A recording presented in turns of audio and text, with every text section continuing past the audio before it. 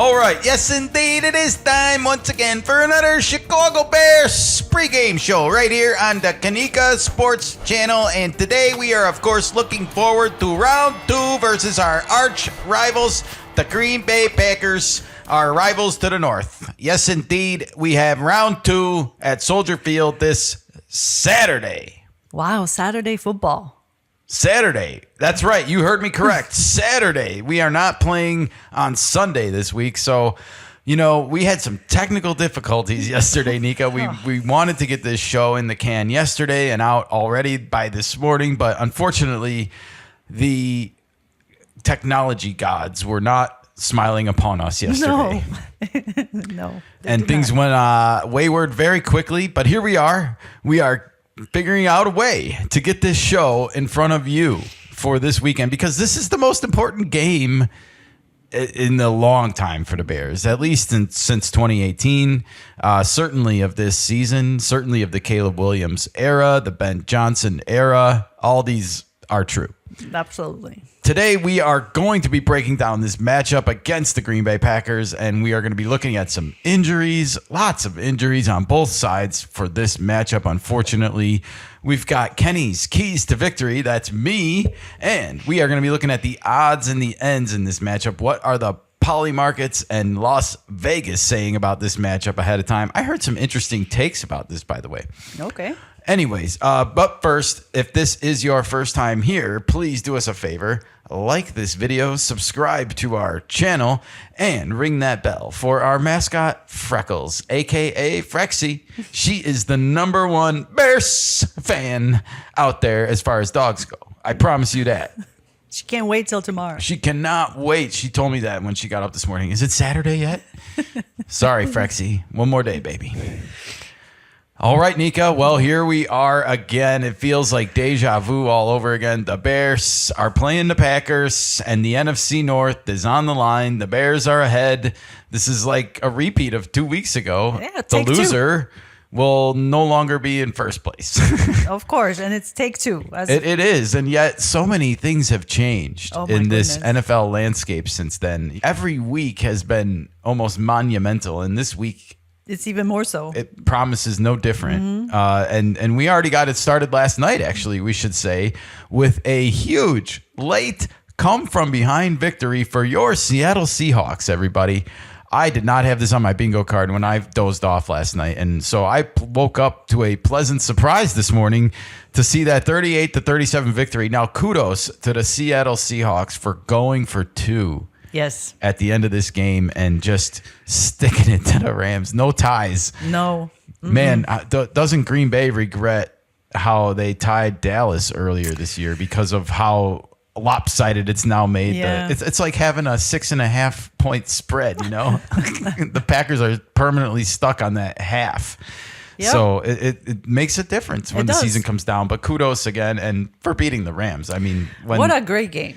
What a great finish to a game. It was a good start. One. It was a really good one. Yes. Exciting stuff. And just hopefully a sneak peek of what is to come yet this weekend. Right, Nika? Absolutely. All right. Well, I am looking at some pictures from Bears social media land here, and I am reminded just how cold it was last Sunday at Soldier Field. In fact, Bears social media says these pictures are cold. You know, I think they imply that they are going to make you cold just by looking at them. Look at all that breath coming out, everybody. I believe it. Man. I believe it. Oh, boy. We used to live there. I know how it feels. I can still taste it sometimes in my mouth. All right, it's not pleasant. I don't really miss the negative wind chill days. Of course. So, anyways, got me cold. It was very cold Sunday, but the Bears are red hot.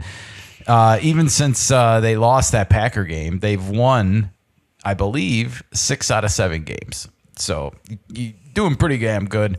The Bears, by the way, were mic'd up during this game. And according to the NFL, at least on their Twitter account, the Chicago Bears do love them some bear weather. And I grabbed this screenshot here of Caleb Williams, and he says, "I love this man out there in the cold weather. So, hey, that's good to hear, because it's not going to get any warmer in Chicagoland, though. It's not going to be that cold for this game, though. It is not. It is not. But it is the season, Sure. December and hopefully January will not be the friendliest of conditions wherever you're playing in the country, most likely. But this is good to see for the Bears. Sorry, I'm having technical problems over here, as we mentioned, and I got a lot going on my screen right now. We are, of course, recording the show on my computer today, and I have to go through this media, so apologies in advance. We'll get through it, everybody. We'll get through it. We're here for you. That's true. All right. Hey, check out this Bears album cover, everybody. It says 30 takeaways. We got the defenders in front of the Chicago Bean downtown in the Millennium Park, is it? Yeah, Millennium Park. Yep. And we got some skyscrapers in the background. Of course, the famous building from Adventures in Babysitting. A great movie. Wow, you just aged yourself, but that's okay. But yeah, we get a little album cover artwork. No notes, no skips, on repeat. 30 takeaways. The Bears are your NFL leaders in takeaways, everybody. Beware. I think the monsters are back. The monsters of the Midway, of course, is what I'm talking about. And when you look at the numbers, you can't argue with it. First time leading the NFL in the turnover margin since 1985. They are first in the NFL with a plus 19. Nice. 30 takeaways, first in the NFL. 21 interceptions, first in the NFL. We've been talking about this week after week after week. This Bears defense, ball hawks. They go for the football almost more than they cover the player sometimes. We talked about this during the Cleveland game. They gave up 2 45-yard passes in the game to Shedeur Sanders. It was like half of his passing yards on 2 plays. That's it. But they got 3 interceptions. I know. So they made up for it. This is great to see. And I'm using this as a reflection of Ben Johnson and both Dennis Allen, the defensive coordinator. I think Ben Johnson went and got Dennis Allen because he teaches this ball hawking philosophy, and he wants playmakers on defense, not just running the scheme proper, but go for that football too. DeMarco Jackson's a guy that's been doing that. And he got rewarded, Nika, by getting NFC Defensive Player of the Week. And this is really great to see because DeMarco Jackson is technically like a fill-in right now for Tremaine Edmonds. And, he has really stepped up. He had a sack last week and also an interception. Great job. Great game. He also got a game ball and he deserved it. Absolutely. So, kudos to him. It's really good to see the depth of the team coming through. It is. And it's going to be one of those things that I think it's just so hard to keep your depth pieces because, he's probably going to get a chance to play somewhere else in the future on the first team, because of the season he's having with the Bears this year. But I don't want to worry about that now. Caleb Williams, by the way, we mentioned him. He has been setting NFL records. Fewest interceptions through 1,000 career passing attempts. Great to see Caleb getting some recognition beyond the haters online, I guess, for lack of a better word, and the doubters who don't want to believe that he might be a special quarterback and he might be playing for the Bears. Yes, we might have finally found a franchise quarterback, everybody. Those are the salty people that they didn't get their quarterback. Who knows? But, I mean, we saw him last week make that Joe Montana-esque throw. That was really cool to, just have that side-by-side comparison. It's there. You can't argue it. Your eyes are not deceiving you. Yeah. It's the truth, everybody. I think we got a winner, and I'm excited. He seems laser-focused on this game, and he should be. The Bears right now are the kings of the North. Ooh. They are 10-4. Who's going to bend the knee? I am ready for Green Bay to bend the knee to our quarterback and to his O-line, who he is now calling the Avengers. Okay. So we have the Avengers assembling here. It is Darnell Wright, Jonah Jackson. Jonah Jackson, shout out, by the way. What a pancake block last week on that inside trap play. Bam. If you know what I'm talking about, you know what I'm talking about. Drew Dahlman, though, was one of the biggest pickups of the offseason. He is really anchor of this offensive line that they put together as the new center. And then, of course, you got Joe Thuney and Ozzie Trapillo, the rookie, who is just also coming into his own in this position midway through the season, just in the nick of time almost, you could say. I like this offensive line. It's probably one of the best in the NFL, hands down right now, and our running game proves that.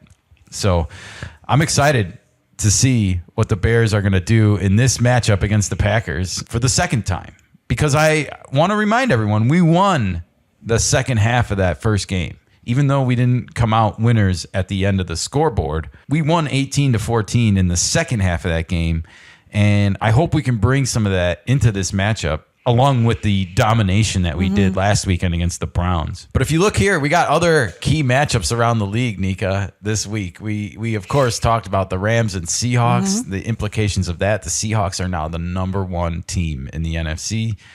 Tomorrow, we, of course, have this game, Bears-Packers. Packers visiting Soldier Field, round 2. Sunday morning, Steelers-Lions. I'm sorry, that's in the afternoon now. Steelers at Lions. Ooh. If the Lions lose this game and the Bears win, by the way, or the Packers win, that team is in the playoffs for sure. Whoever wins, but also if the Lions lose. The Lions have to lose in order for the winning team to clinch a playoff spot. So let's go Steelers. Pressure's on. Go Steelers indeed, and that will be Aaron Rodgers. Will he play spoiler for the Lions in Detroit? All right, and then Sunday night we have Drake May at Lamar Jackson. Oof. That is New England at Baltimore, and Baltimore is playing for their lives, and New England is trying to get right after blowing a home lead to Buffalo last weekend and relinquishing first place in the AFC to the Denver Broncos. San Francisco has a tough game on Monday night at Indianapolis, I should say, the Indiana Colts. Okay. Oh my gosh, Indianapolis Colts. And their grandpa quarterback, Phillip Rivers. With 10 kids. With 10 kids who are now back on healthcare thanks to the NFL. All right, great to hear that for him and his family. Those are some great matchups. I'm so excited for this week of football. I have Bears fever, everybody. Oh. And the only prescription right now is more Bears. So, yeah, if you're an influencer, a podcaster, a radio personality, whatever, like keep it coming. I'll digest it right now, and I'll be putting out my own Bears content as well. Of course. Sweet. Sweet. All right. Well, with that, let's take a look at these injuries. The walking wounded, as we used to call it back in my day. Oh man, this is one of the most heartbreaking injuries, I think, for a team to endure on the Green Bay side of things this week. The Micah Parsons injury. They, of course, have placed him on injured reserve. It's official. And it doesn't get much bigger than that kind of a loss for a team like Green Bay. You know, they gave up a lot to get him right before the season started. 2 first-round draft picks coming in the future.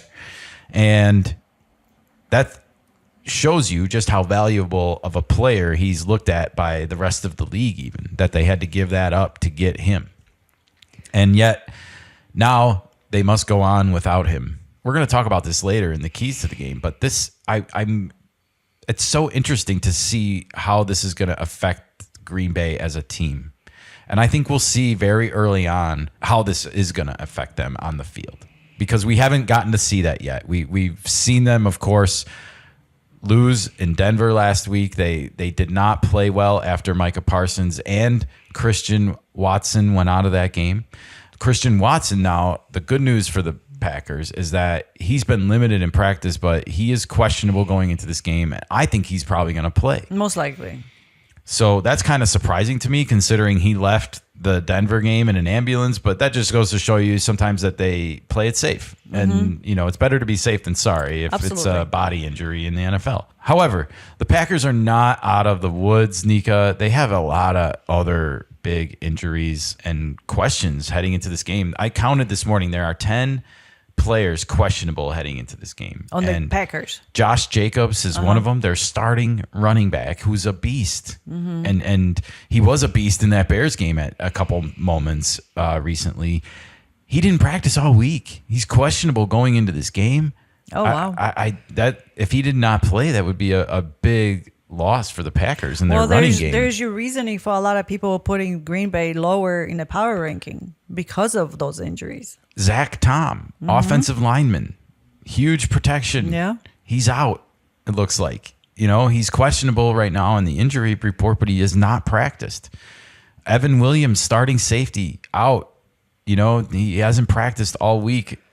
So there are a lot of question marks for Green Bay heading into this game outside of just losing Micah Parsons, and that's why I kind of said there is a psychological aspect, I think, to how the Packers take the field in this game and how they start. Yeah. Now, some good news for the green and gold.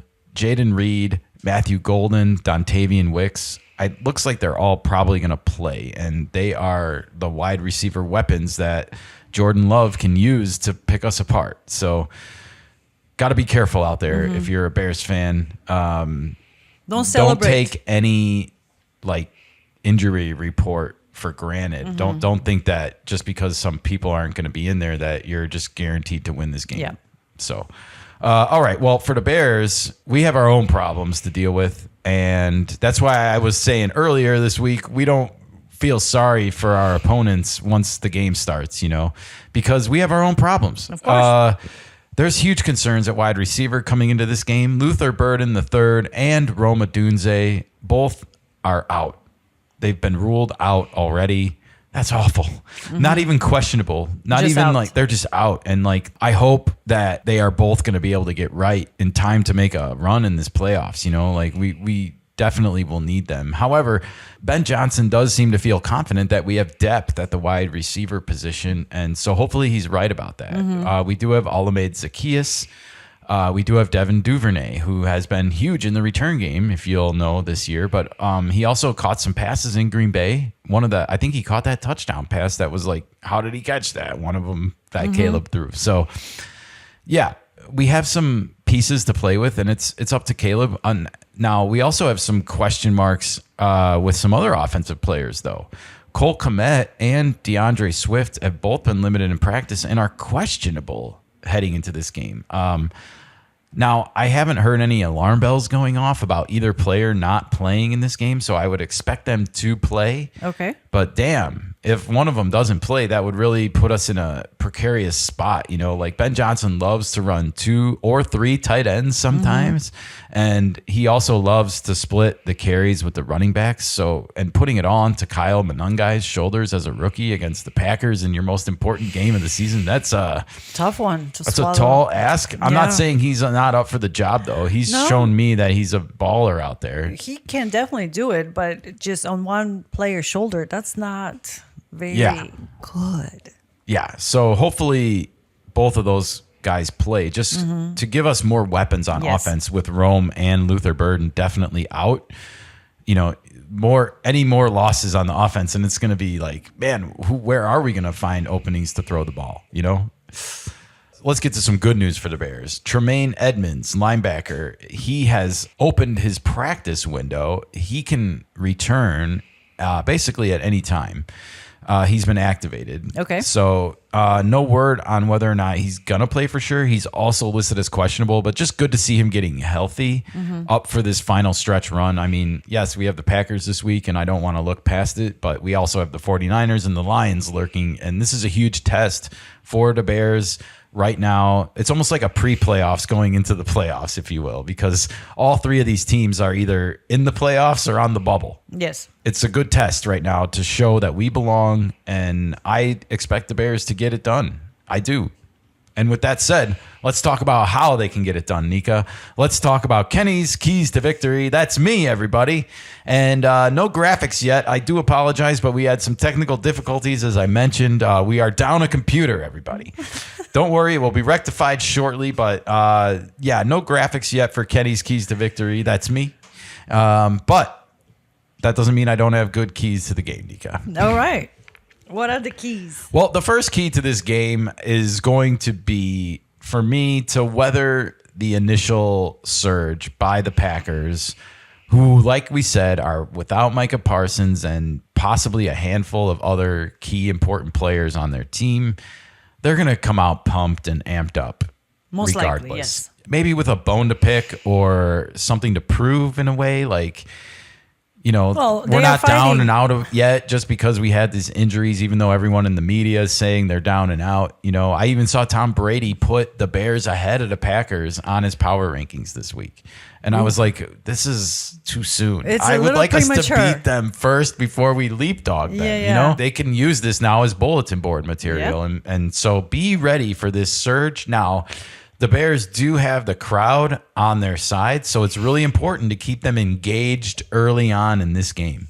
And so meet the Packers' energy, and the crowd will carry you. I promise you that. We also need to try and hold them to field goals, not let them touch that end zone in the first couple drives. That's a tall order. It is, I know, but we got to do it. Okay. We got to do it, and we got to frustrate them a little bit. It'll just go a long way. A little frustration early will go a long way in this game because of what I just said. There's a psychological battle for the Packers to come out in this game.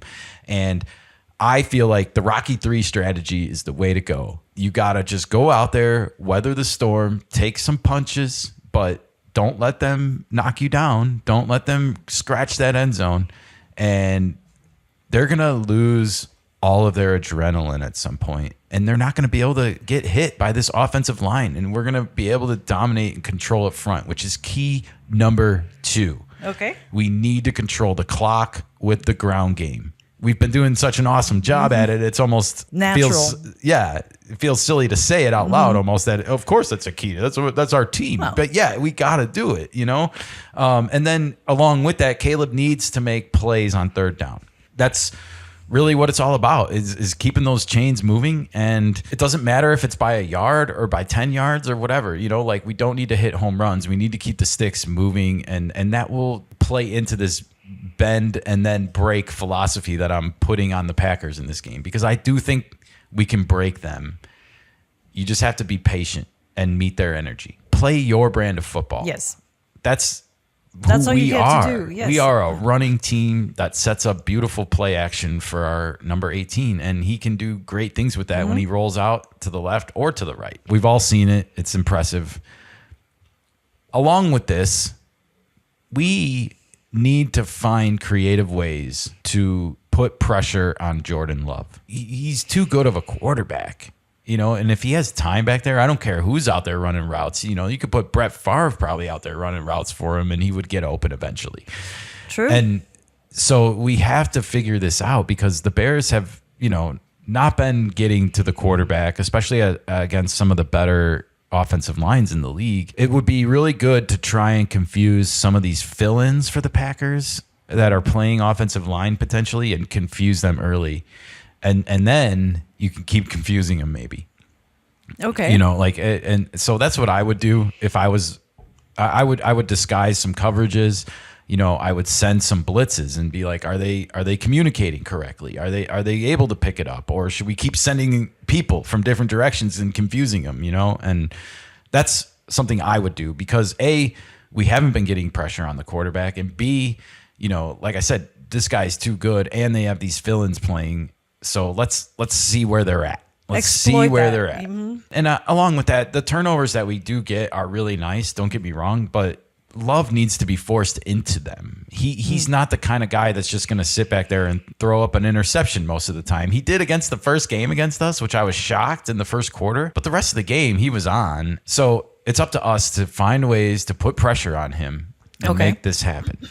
Along with that, this is the last key, is to just play all 60 minutes. If we play a full 60 minutes, even when the going gets tough out there and maybe we do give up a touchdown, whatever, just keep going, keep grinding, keep playing hard, and I promise you, you will win this game. All right, Nika, those are Kenny's keys to victory this week. What do you think? I like him. They haven't changed much throughout the season, so... Yeah, I mean, we've kind of established an identity, and I think that's why, wanting to get turnovers and stuff has been kind of where I'm at, but I'm kind of pulling back on that this week, because I feel like it's a little bit more important that we start to put pressure on the quarterback more. And don't give up too many penalties. Well, we've been moving really so good with penalties. I mean, it does bear worth repeating, yes. But, I mean, we've been winning that war.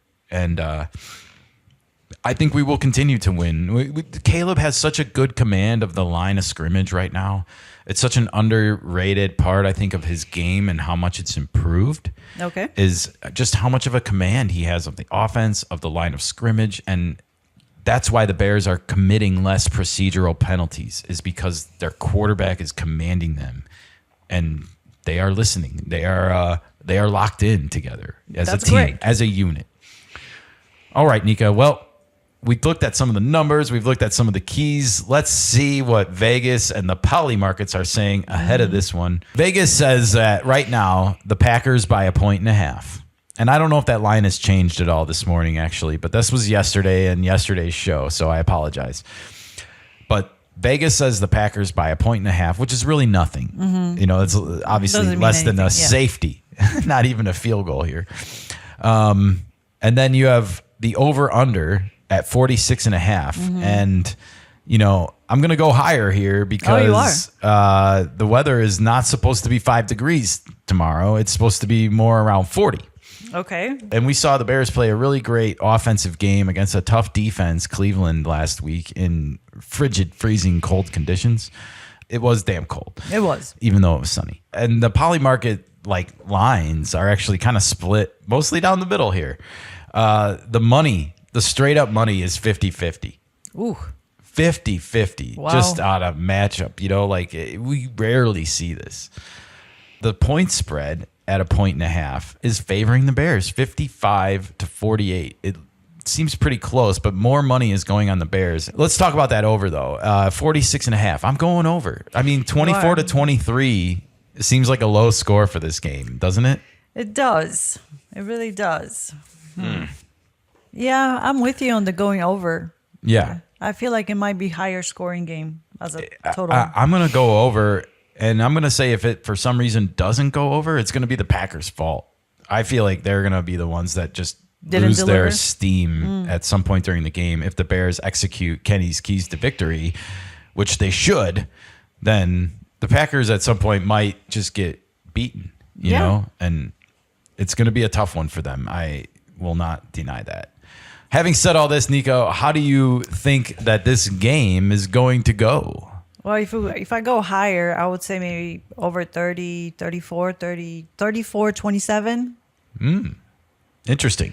Or 30, Bears 34, Packers little over 20. That makes it more realistic. A little more lopsided. More lopsided, yes. I'm kind of thinking along the same way as you, actually. Because they might, like you say, they might run out of steam, and the final quarter might not be as dominated by the green Packers versus if the this Bears. game goes according to the plan, the Bears will have dominated the time of possession, especially in the second half, and will kind of beaten the life, maybe the season out of the Packers. It's possible the Lions eclipse the Packers. I don't know.